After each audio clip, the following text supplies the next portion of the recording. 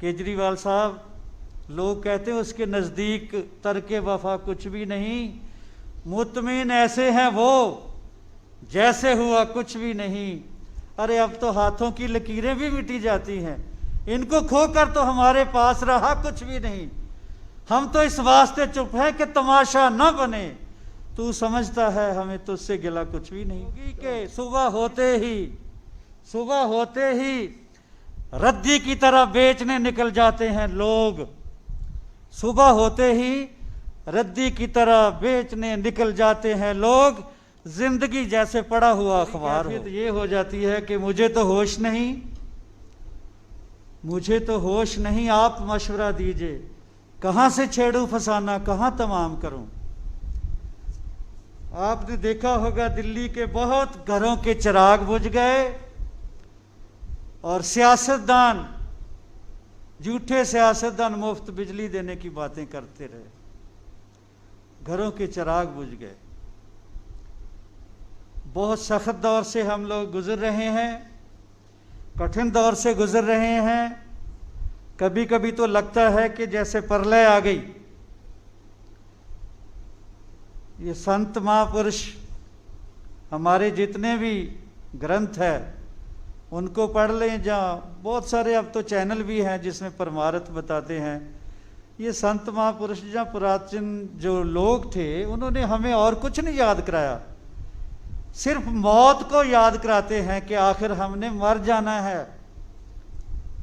अगर मर ही जाना है तो ये जिसको आप इतना प्यार करते हो ये कचरा बन के रह जाएगा। अगर सिकंदर जैसे लोग खाली हाथ गए तो और लोग कहाँ जाएंगे। पर मैंने देखा है कोरोना में भी, इस संकट दौर में भी बंदा बंदे का पुत्र नाम बनने का नाम नहीं ले रहा। सियासतदान अपनी जगह ड्रामा कर रहे हैं, कुछ लोग उन्हीं के छोड़े हुए हैं जहाँ पता नहीं। हम आइडिया लगा सकते हैं किसी ना किसी की तो शय होगी, जो टीका 3,000 का मिलता है वो 1.5 लाख का, जिसने जान बचानी भैया वो तो ऐसे ही करेगा। लेकिन मैंने देखा है कि एंड ऑफ द डे कोई भी आफत आए, कोई भी संकट आए, वो बंदा ज़्यादा सफ़र करता है, वो ज़्यादा नुकसान में रहता है जो गरीब होता है। अब आंकड़ों की तरफ चलें तो हरियाणा गवर्नमेंट ने जब 2400 से घटाकर 800 की फीस कर दी, लोगों ने, जैसे भदौड़ी साहब लानत कह रहे थे, लानत झूठे पे होती है और किसी चीज़ पे नहीं। लानतें पाई तो दिल्ली सरकार पे सवाल उठे तो 30 नवंबर 2020 को रेट घट थोड़ा किया गया, थोड़ा सा, लेकिन फिर भी टेस्टिंग के आंकड़े और टेस्टिंग किट खरीदने में, उल्ट फेर में ना तो गौर की ना लगाम कसी। अगर बतौर हेड उस पर गौर फिक्र करते, सिर्फ बयानों से ऊपर उठ के प्रैक्टिकली चेक करते तो लगाम कसते। इसी से शक होता है कि ये मिली भुगत है। लोगों ने RT-PCR टेस्ट के लिए 2400 रुपये और एंटीजन टेस्ट के लिए 1300 रुपये देना पड़ा। अब मजदूर, गरीब, मजलूम कहाँ से लाएगा ऐसे इतने पैसे। दावे कैसे करते हैं कि हम आम आदमी के लोग हैं, हम गरीबों की सरकार है, ये गरीबों की हमदर्दी के लिए सरकार बनी है। चेस्ट की MRI करानी हो तो 2700 से 3500 तक पहले होते थे। इतना भी बहुत ज़्यादा है मेरे हिसाब से। ये फ्री होना चाहिए, जो अफोर्ड नहीं करता उसके लिए। लेकिन लोगों ने 6000 से 8000 तक दिए और ये कह के वसूले गए।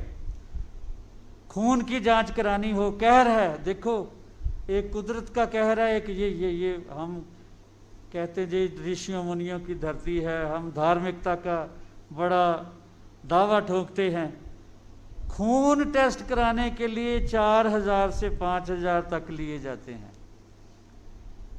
1 जून 2021 को जारी हेल्थ बुलेटिन में अब जो दावा किया गया, दिल्ली ने अब तक दिल्ली में 1,93,73,000 लोगों का टेस्ट करा दिया, टेस्टिंग हो चुकी है। अरे इस हिसाब से तो हम सबका टेस्ट हो गया। अगर सबकी टेस्टिंग हो गई तो फिर इतने लोग क्यों मरे, इतने घरों के चिराग, लोगों के आंसू क्यों नहीं सूख रहे? कितना बड़ा झूठ है। यानी ये आंकड़े तो देखो, दोबारा गौर करो, 1,93,73,093 टेस्ट हो गए, तो फिर बचा कौन है? हर बंदे का टेस्ट हो गया। अगर हर शख्स का टेस्ट हो गया तो फिर इतना नुकसान क्यों हुआ? ये आंकड़े गलत बताना, बढ़ा चढ़ा के पेश करना, फर्जी नाम लिख के, अब शक ऐसे नहीं पड़ती, फर्जी नाम लिखते होंगे और टेस्टिंग किट्स निजी लैब को बेचकर काला बाजारी जो चल रही है, उस पे थोड़ी सी मुख्यमंत्री जी आपने गौर की होती, जब करेंगे तो लोगों का इतना नुकसान ना होता। थोड़े से ईमानदार हो जाओ, थोड़े से ज़रूर ईमानदार हो जाओ। लोग बहुत दुखी हैं, लोग परेशान हैं। मैं बिल्कुल सियासी रंग या सियासी मेरी रूह पे रंग चढ़ ही नहीं सकता कभी। मैं जन्मजात आर्टिस्ट हूँ, सच बोलता हूँ। मेरे 20-25 लाख तो मेरी कॉन्स्टिट्यूंसी में लोग हैं, और भी लोग हैं। लोगों की बातें सुनी नहीं जाती, आंसू देखे नहीं जाते। हमारी जो ड्यूटी है हमें करनी चाहिए, ताकि लोग फिर भी कभी यकीन करें। ऐ लोगों, मत सोचा करो ये फलां जात का बंदा है, फलां धर्म का बंदा है। इनको सत्ता देने से पहले सोच लिया करो कि हमारे दुख सुख में कभी ऑनेस्टली ये हाजिर हुए हैं। बस इतना ही मैंने अर्ज़ करनी है। ये मेरे सवाल है कि इतना बड़ा झूठ बोला है, इनका जवाब दिया जाए। आखिर में यही मैं कहूँगा, केजरीवाल साहब, लोग कहते हैं उसके नज़दीक तर्के वफा कुछ भी नहीं, मुतमिन ऐसे हैं वो जैसे हुआ कुछ भी नहीं। अरे अब तो हाथों की लकीरें भी मिटी जाती हैं, इनको खोकर तो हमारे पास रहा कुछ भी नहीं। हम तो इस वास्ते चुप है कि तमाशा न बने। तू समझता है हमें तुझसे गिला कुछ भी नहीं। जिसकी जो ड्यूटी बनती थी भैया करनी चाहिए थी। जो अगर हमें दोष है तो हम उस दोष को भी कबूल करते हैं, सेंट्रल सरकार का हिस्सा होने के लायक। लेकिन अगर आप ऑनेस्टली खुददार पत्रकार हैं, आप जेलो जर्नलिज्म के खिलाफ एक खूबसूरत शेर है, आप ज़हन नशीन कर लें कि खुददार पत्रकार की निशानी क्या है। दिल्ली की प्रेस बड़ी कमाल है। मैं एक बार शेर बोला था जब दिल्ली में एंट्री हुआ था, फिर दोबारा नहीं बोला, आज बोल रहा हूं, क्योंकि आप हमारी बातें बहुत ऑनेस्टली पहुंचा रहे हैं। अच्छा लग रहा है, नहीं तो रूलिंग पार्टी का ही बंदा ज़्यादा करता है वो। तो आपके लिए, खुददार पत्रकारों के लिए मैं यही कहूँगा कि ए जज्बा खुददारी झुकने ना दिया तूने। आपके लिए भैया, ए जज्बा खुददारी झुकने ना दिया तूने, लिखने के लिए वरना सोने के कलम आते। ऐसी खबर आए टीवी में भी और अखबार में भी। अखबार लोग संभाल के रखें, अखबार कभी रद्दी ना हो, फ्रेम करा के लोग रखें। ऐसा आप लिखें, ऑनेस्टली लिखें, नहीं तो फिर वही बात होगी कि सुबह